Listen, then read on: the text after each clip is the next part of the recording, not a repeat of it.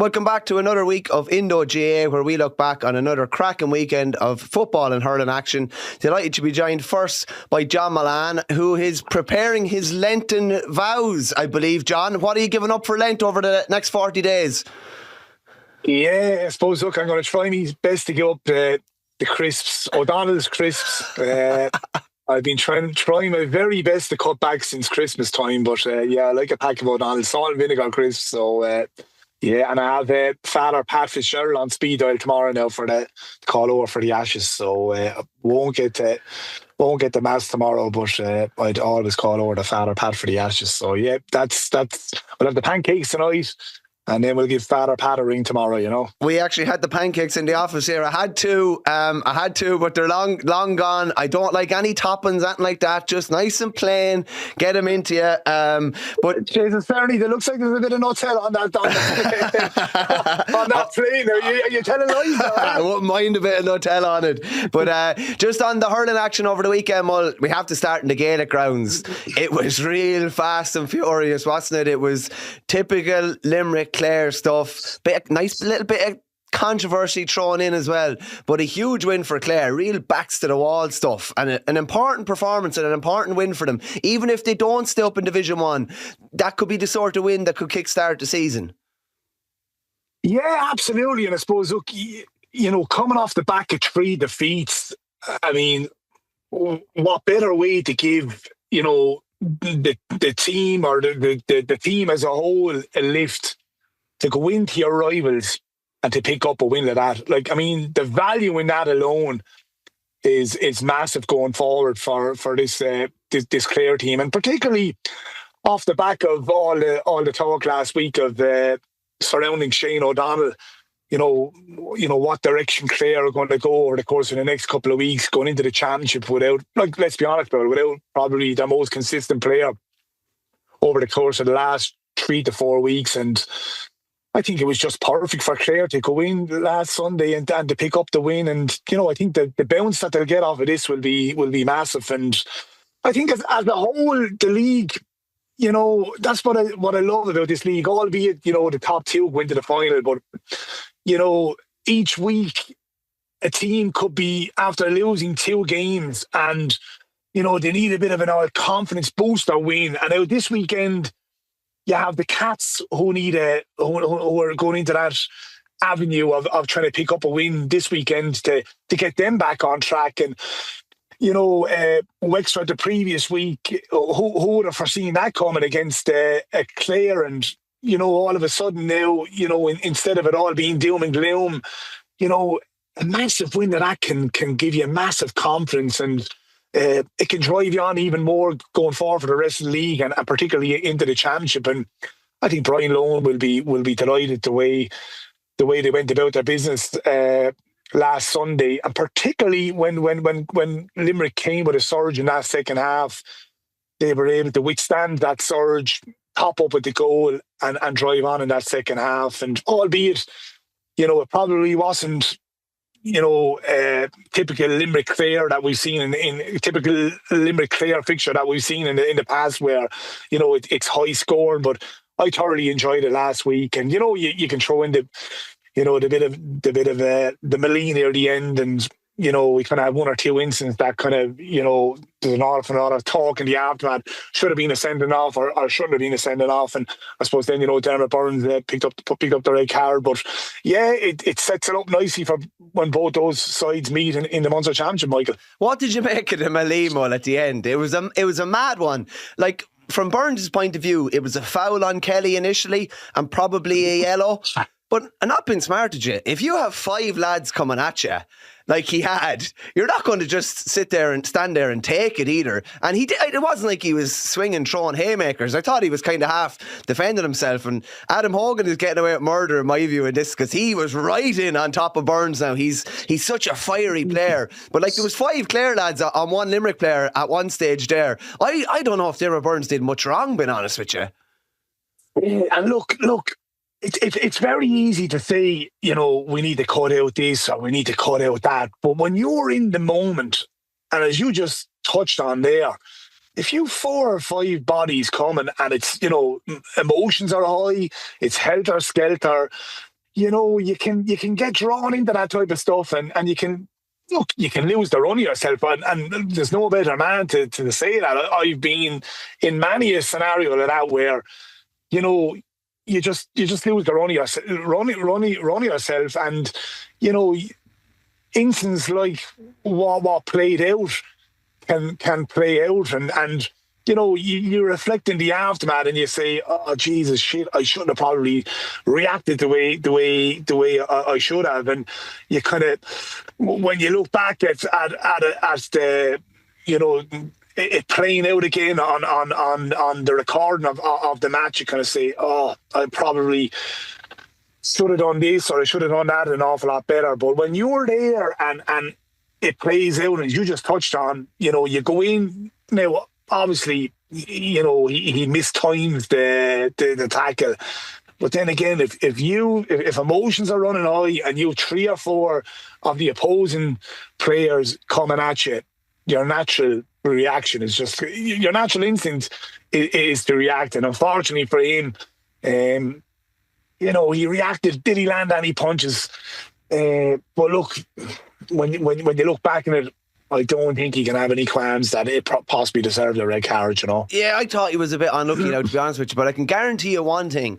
The next time that happens, a Limerick player, and there's a couple of players, the opposition team in and top of them like that, there will be Limerick players coming in left, right and centre, and to hell with the third man in. You've had that in games as well, Mull, where maybe you're in a bit of a scrape and there wasn't too many lads in that quickly. I've had it in games as well, and all it takes is the manager to say it, and I'd say John Kiley would say it in no uncertain terms: lads, if something happens in a game to one of our players, we're in and we stand up for him and we get in there, and I can guarantee you the guts of the 15 of them will be in the next time, just protecting their player, because it probably all happened very quickly, and it was 5-on-1 at one stage. It was like the bull run over in Pamplona. There was people kind of just coming in on top of Burns. I never seen the like of it in county, and it's like no Limerick players were there or couldn't get in. But I definitely think he'll use that as a little stick to beat them probably in a positive way.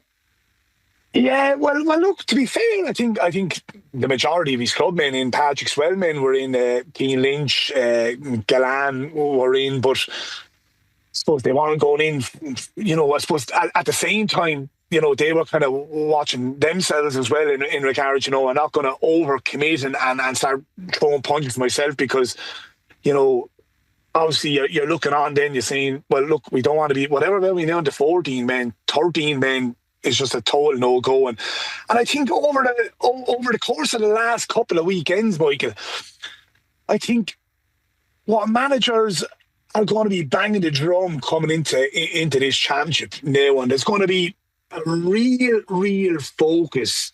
And mark my words, managers are going to put a real emphasis on, lads, we can't go down to 14 men at any stage of a game. We just cannot afford to go down to 14 men.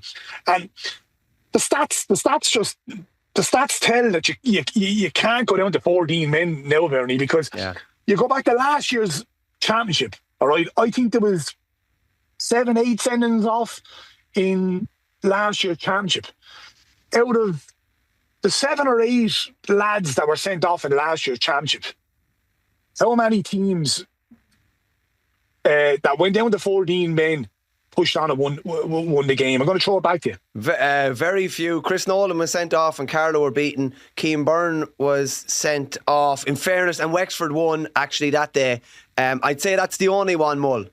Wexford are the only team that went down to 14 men last year and managed to push on and win against Galway. Yeah. So you even bear in mind, Kilkenny went down to 14 men against Carlow. Galway went down to 14 against Dublin as well, yeah. Went down to 14 men against Dublin. Antrim went down 14 against Galway. Rory O'Connor was sent off against Wexford. If you go down to 14 men now, you are in serious trouble. You even looked at, the numerical advantage of the goalkeeper coming off the line now for football. The skill set of some of these players now is at an all-time high. And if you go down, if you have a new numerical advantage of just one player, and albeit if it's even for 15 minutes, if it's for 20 minutes, if it's for 10 minutes, you even seen the previous last Sunday, Dublin went down to 14 men, albeit for 7 minutes, 10 minutes, Waterford got on top. The previous weekend, Dublin went down to 14 men against Offaly. Offaly took over. The skill set is just incredible now. What they'll do, they'll just play the ball around, they'll ping the ball around, they'll get overlaps, they'll have lads running off the shoulder, and the majority of the time they'll hit you for scores. And if you could be down for in a period of 15, 20 minutes, you could get hit very high on that scoreboard, and that the stats don't lie. And I think that's going to be one thing managers are really going to be homing in and coming into the challenge to the lads. Whatever happens, our discipline has got to be on the button. We cannot afford to go down to 14 men.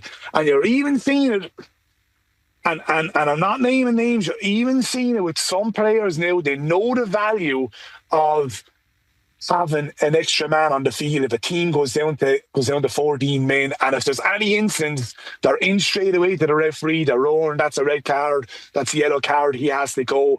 So I think it's, players are tuning into knowing that, right, if we have an extra man, it's nearly worth goals now going forward for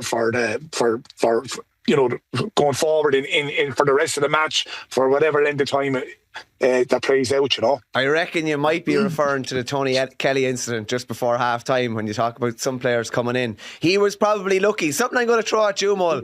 I always thought it was a disgrace during your career that you always got frees because you didn't wear a helmet. You get tapped on the head and you go down the hands all over the head and you immediately got a free, whereas if you had a helmet on, there's no way you were getting a free.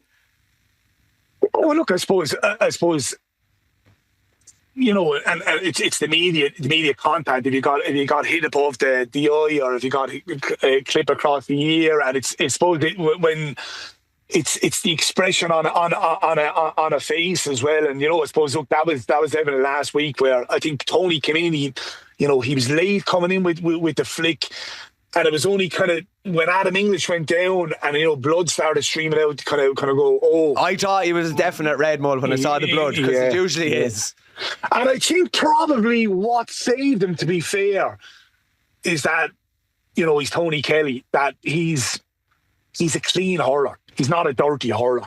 And I think that definitely played in his favour. Like, if it was any other player that, probably had previous history of, hitting lads or being involved in physical contact, it probably would go against him. But the fact that it was, Tony Kelly, and let's be fair, Tony Kelly has taken an enormous amount of punishment over the years, so I think that probably played in his favour last Sunday with Tyler Welch, Yeah, and Tyler Welch doesn't want to send off people in general. He's my type of referee. It's not his default. He's not looking to send off lads. But just from a Limerick point of view, Mull, left a bag full of goal chances behind. They'll probably be disappointed by that. Very low kind of points tally for them, considering they're usually up around the 30 mark, but they easily could have had 3 or 4 goals. Couple of great saves from Quilligan as well. They're playing, obviously, they're hosting Galway this weekend, and then they have the Kilkenny fixture the weekend after. I think they'll be very keen to get a result next weekend and kind of be back kind of safe again and in that nice kind of middle ground where you have no threat behind you and maybe there's no kind of no chance of getting to a final, but just been in that kind of middle ground is probably where they want to be.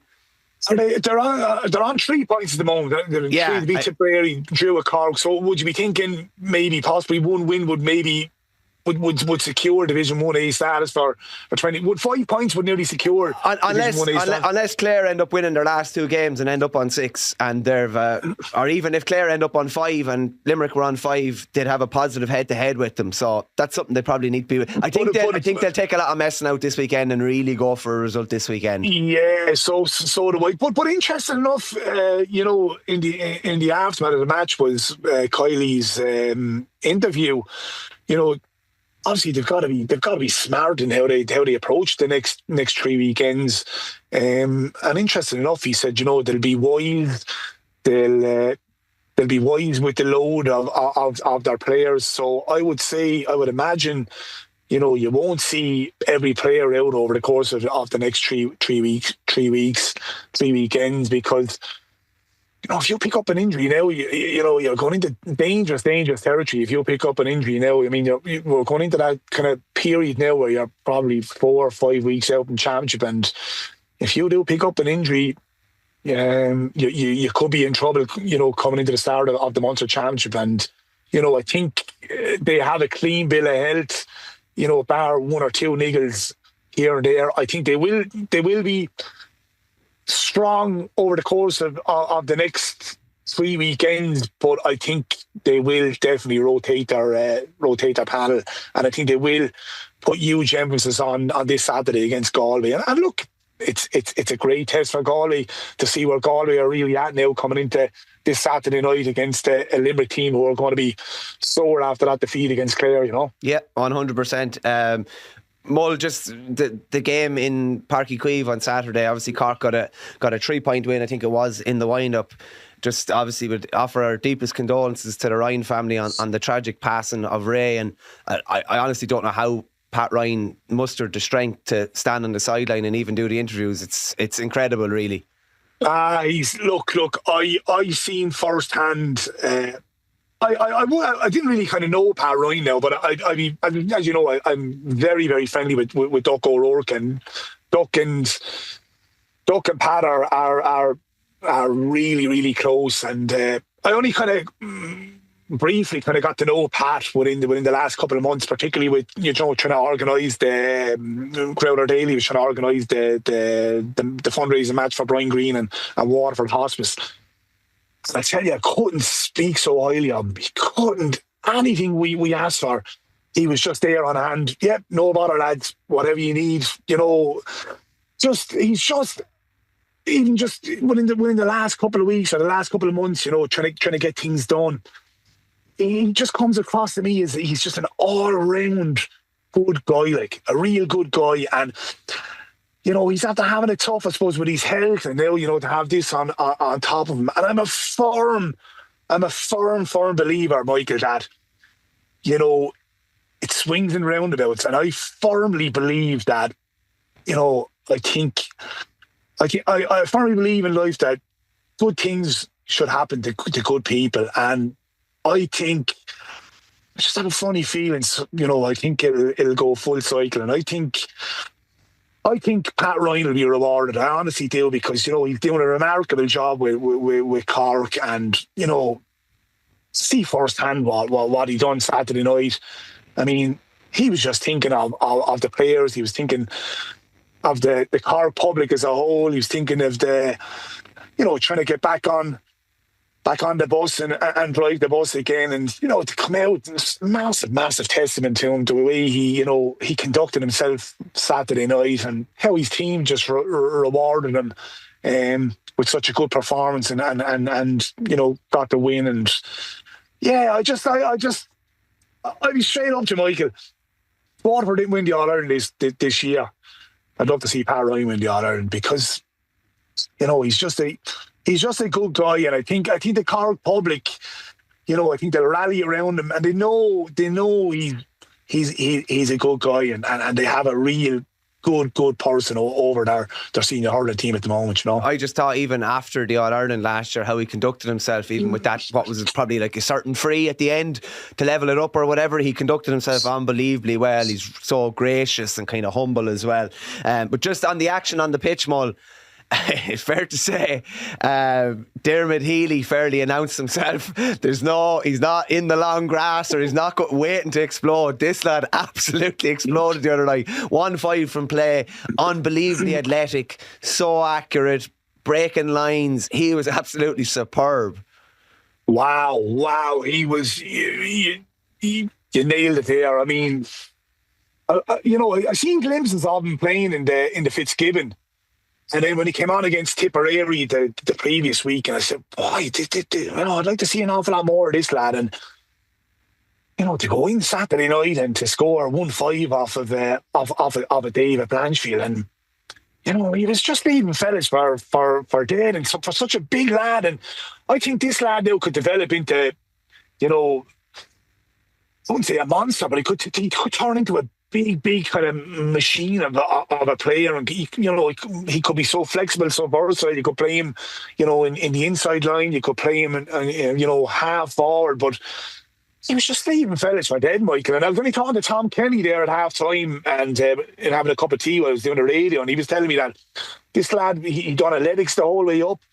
And you can just see it. Hey, Mull, that's the way forward. I'm telling you. If you, no matter what kids play, if they're able to run properly and have all the correct kind of athletic kind of gait, and their running technique is proper, they can excel at any sport. I'm convinced that athletics needs to be linked into GAA, needs to be linked into soccer, needs to be linked into rugby. If you can, it also greatly reduces the chances of you getting injured as well if you're running properly and your gait is proper. So athletics to me is the core of absolutely nearly every sport.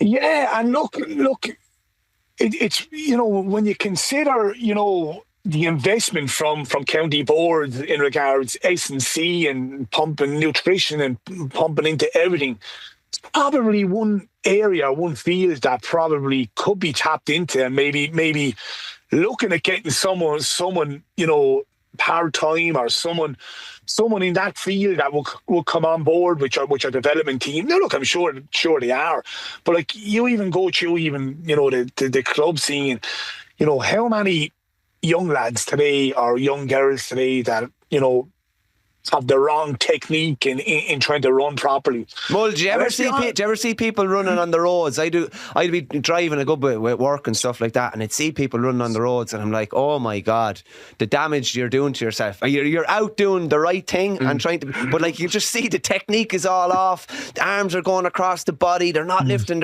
Should be kind of. Your knees should be at right angles when you're running.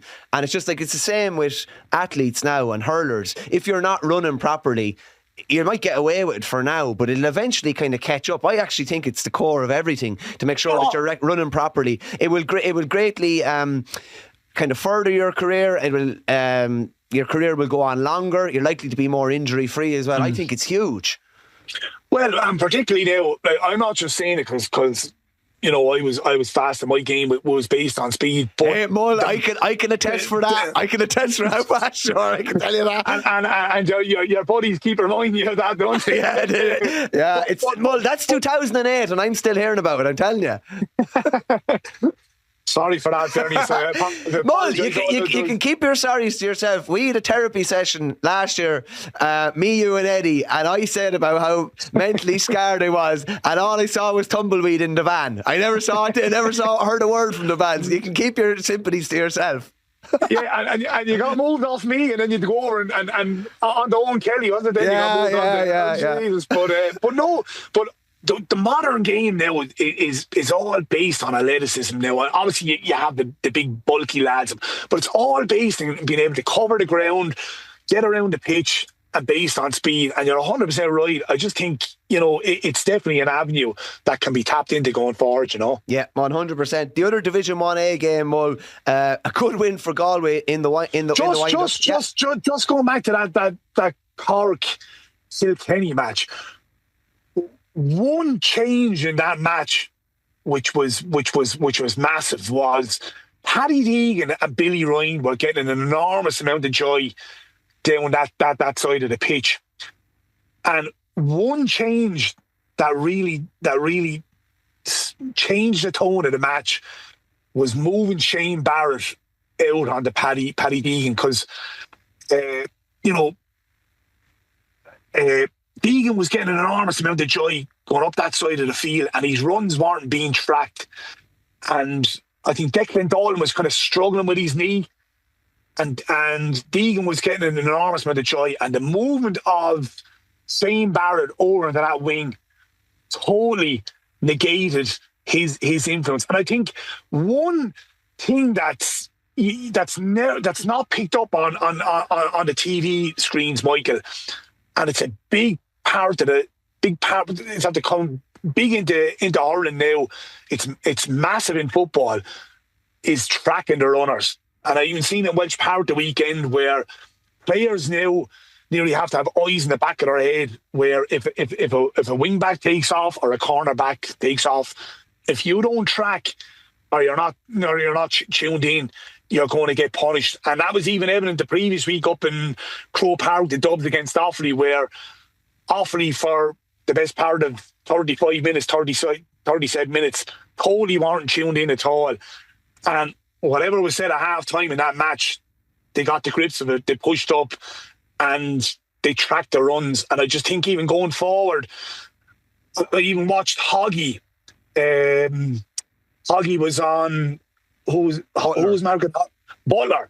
Butler took off on one occasion in the second half, and Hoggy straight away just took off with Butler. Here's Hoggy, going on 37 years of age, and he taken off, tracking the run with Butler to stop his influence going forward. And I just think it's one area that's never touched on or picked up on the television. And it's only when you're live at the game that you see these things, you know. Yeah, it's funny you mentioned that, and you were talking about Dublin. Like Paddy Smith ghosted up twice for Dublin against Offaly and got points just because he wasn't tracked. It's definitely becoming a bigger part of the game. And when you're up high in particular looking at a game and someone's not tracked, it's like a chessboard in front of you. You're like, oh my God, yes. I can see if he passes to him there, we're in big trouble. Or you can just see the whole thing opening up. So a tracked run. And it's funny, John Conlon mentioned in his post-match interview on TG Carter, which I thought was really, really interesting. He just said, lads not tracking runs last week against Wexford, not good enough.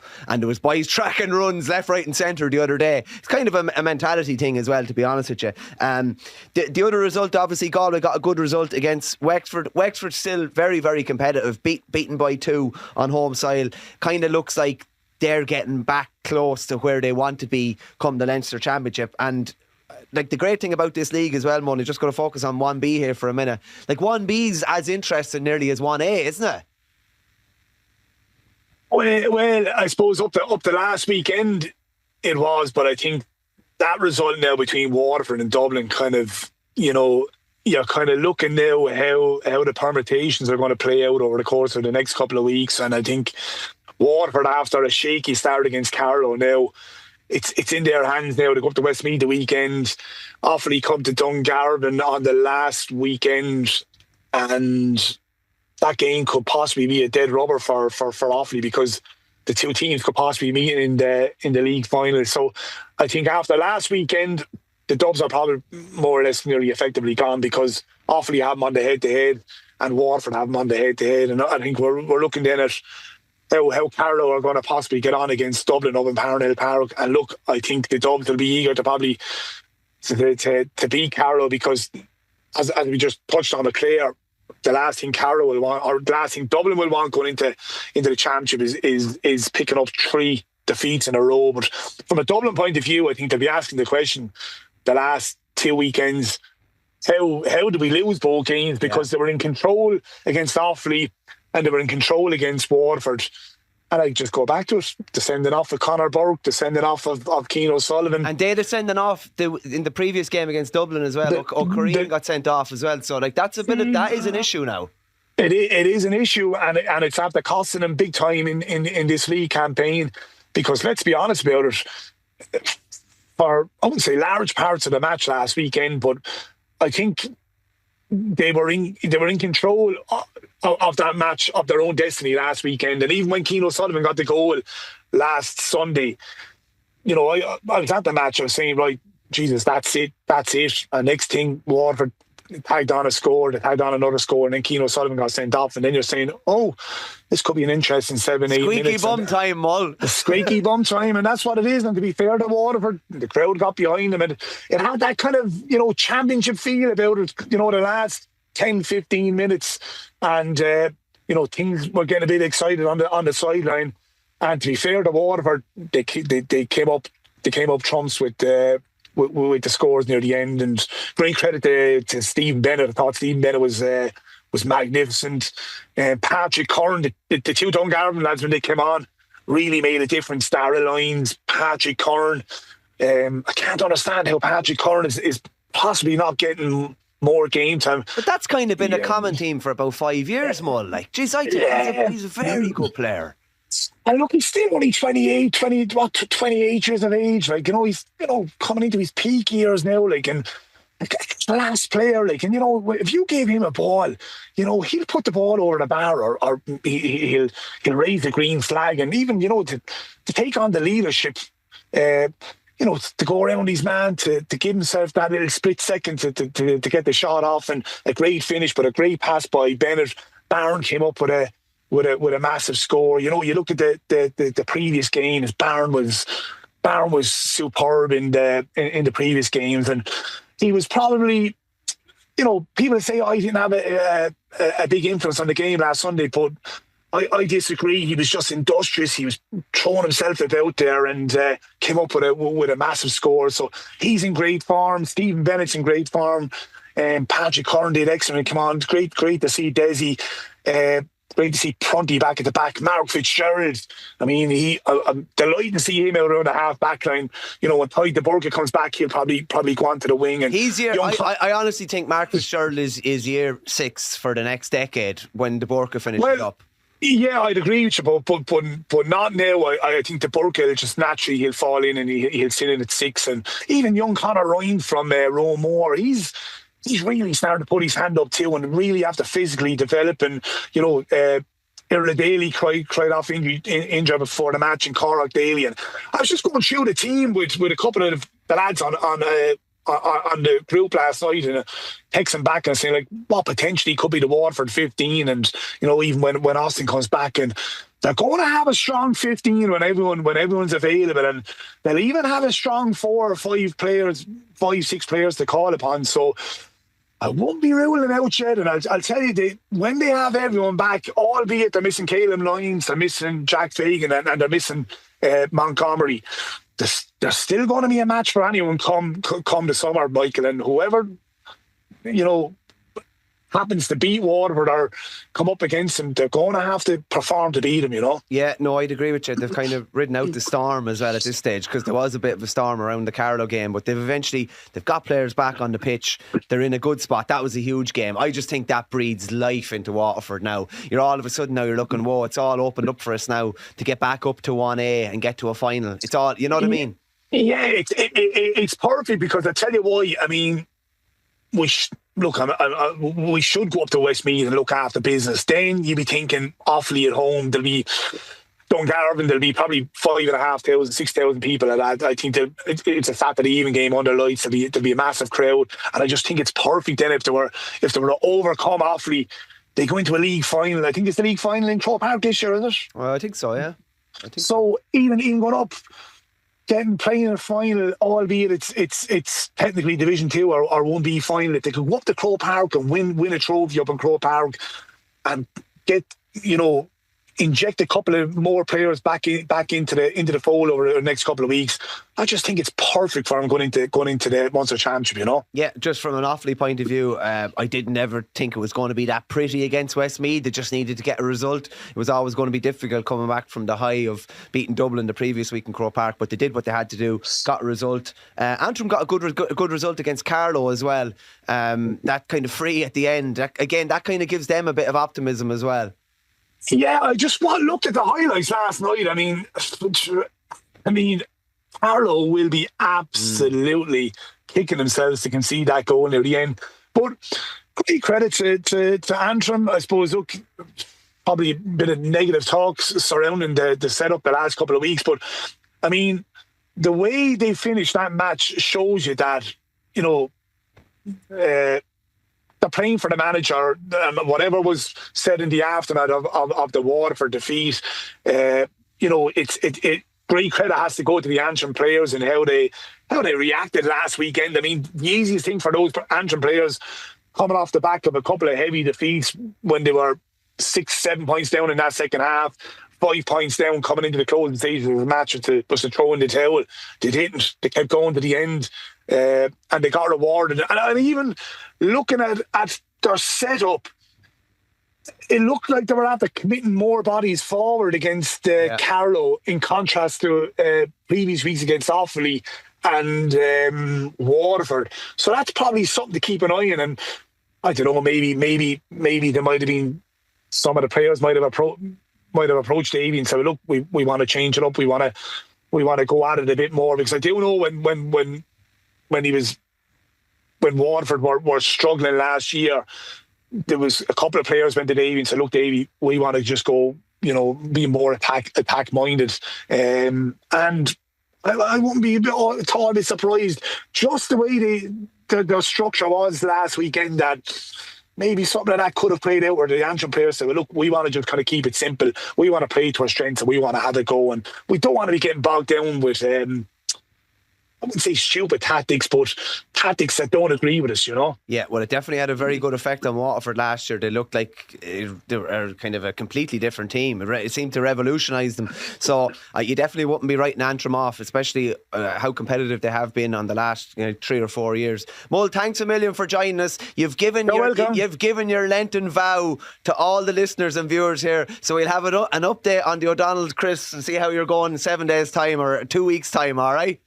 On the ball, Verney. Thanks a million, Mull. Thanks for joining us, good man.